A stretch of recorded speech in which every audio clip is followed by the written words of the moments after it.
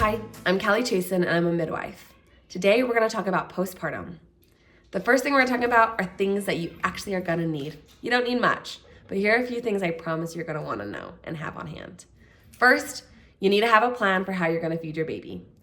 Whether you plan on nursing them, feeding them donor milk, or formula, you need to have the tools available to make those things happen. Just like feeding your baby, you need to feed yourself. Good nutrition is crucial.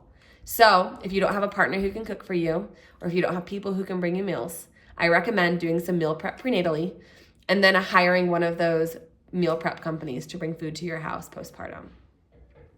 You're also gonna need just a lot of rest and bonding. Skin to skin time is great. Snuggle that baby in your bed. Don't get out of bed. Just be with your baby. Then you're gonna want a couple postpartum care products. I really recommend a nipple balm, a peri bottle for cleaning yourself, sitz bath and witch hazel herbs to help with healing, adult diapers or like big pads to help catch any bleeding, and then some sort of ice pack. I also recommend a nice cozy blanket or swaddle for your baby, and diapers, of course, because nobody really wants to be pooped and peed on. As far as what to expect, it's a lot harder for me to tell you what to expect because I don't know you personally and I don't know your experience in your life. But I can tell you that oftentimes my clients express that postpartum is a lot harder than they were expecting. Little to no sleep can make healing really hard. And you're healing in a postpartum body that might feel really foreign to you. Plus, you're trying to figure out this brand new, adorable baby and how to feed them, how to help them gain weight, why they're fussy, and what they need at any given point. It can also feel really isolating. If you give birth in winter and you're trying to avoid flu season, it can feel really lonely. Mark on top of that maybe your partner doesn't have great paternity or maternity leave, and that can feel really, really isolating as well. If you have people that you can invite into your home and feel safe doing so, I recommend it. You're also going to be bleeding and pretty exhausted for about 4 to 6 weeks or more, depending on your blood loss and if you had a surgical birth. So you might not have the energy to do the things that used to make you feel really good. So what are things that can help?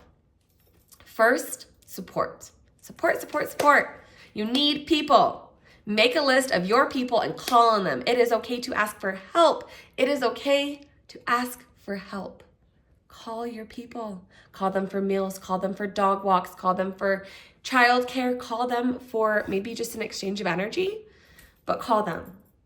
You also need rest.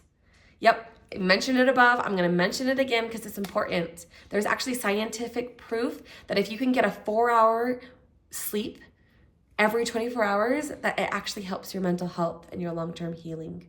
The more you can rest in these initial days, the better off you're going to be. I always tell parents, take care of yourself in the same way you take care of your baby. If your baby's fussy and sad, you comfort them. If you're feeling sadness, get comfort, ask for help. If your baby's hungry, you feed them. When you're feeling hungry, feed yourself. And if your baby's tired, you put them to bed. If you're feeling tired, take a nap. Lastly, don't hesitate to reach out. As a care provider, I promise you, your care provider wants you to reach out. We do, we really, really do. So if you're feeling dark feelings, scary thoughts, or you just don't feel yourself, maybe you have a question and you feel like it's a stupid question, please just text your care provider. We really do want to hear from you. And we're so happy to help you. Until your bleeding has actually fully stopped, you need to avoid anything going into the vagina and sex. It's also important to avoid water immersion until your care provider gives you a pass to do that. And you should avoid working out as well. You need to heal. You need also balance. So you need to balance your resting with your mental health. Ideally, we would tell people to spend the first 40 days in bed or 5 days in bed, 5 days around the bed, 5 days around the house. But we also recognize that sometimes that's not great for your mental health. So balance. You'll know, your body will tell you with excess bleeding and exhaustion if you did too much. It's okay to push yourself a little bit and figure out where that balance and where those levels lie. You also need to set boundaries. This is your baby. This is your postpartum. You get to say no. You get to opt out. You get to say you can only come for 30 minutes. All of that is all right. And you get to protect your space. There might have been people in your life who you used to really connect with, who you're not feeling connected to anymore. Maybe you used to watch shows that used to be really exciting for you, and now they just feel so hard to watch because you're wide open right now from giving birth. It's okay to opt out. It's okay to say no. Just remember that as you're taking care of yourself postpartum and as you're taking care of your baby, you are a priority just like your baby. And if you can prioritize yourself and your healing along with your baby, it's going to be a much better experience.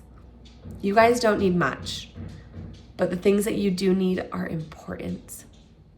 Focus on your care alongside of your baby's care and reach out for help. I promise you there are people who want to be of assistance to you, and sometimes all they need is for you to just say that you need their assistance.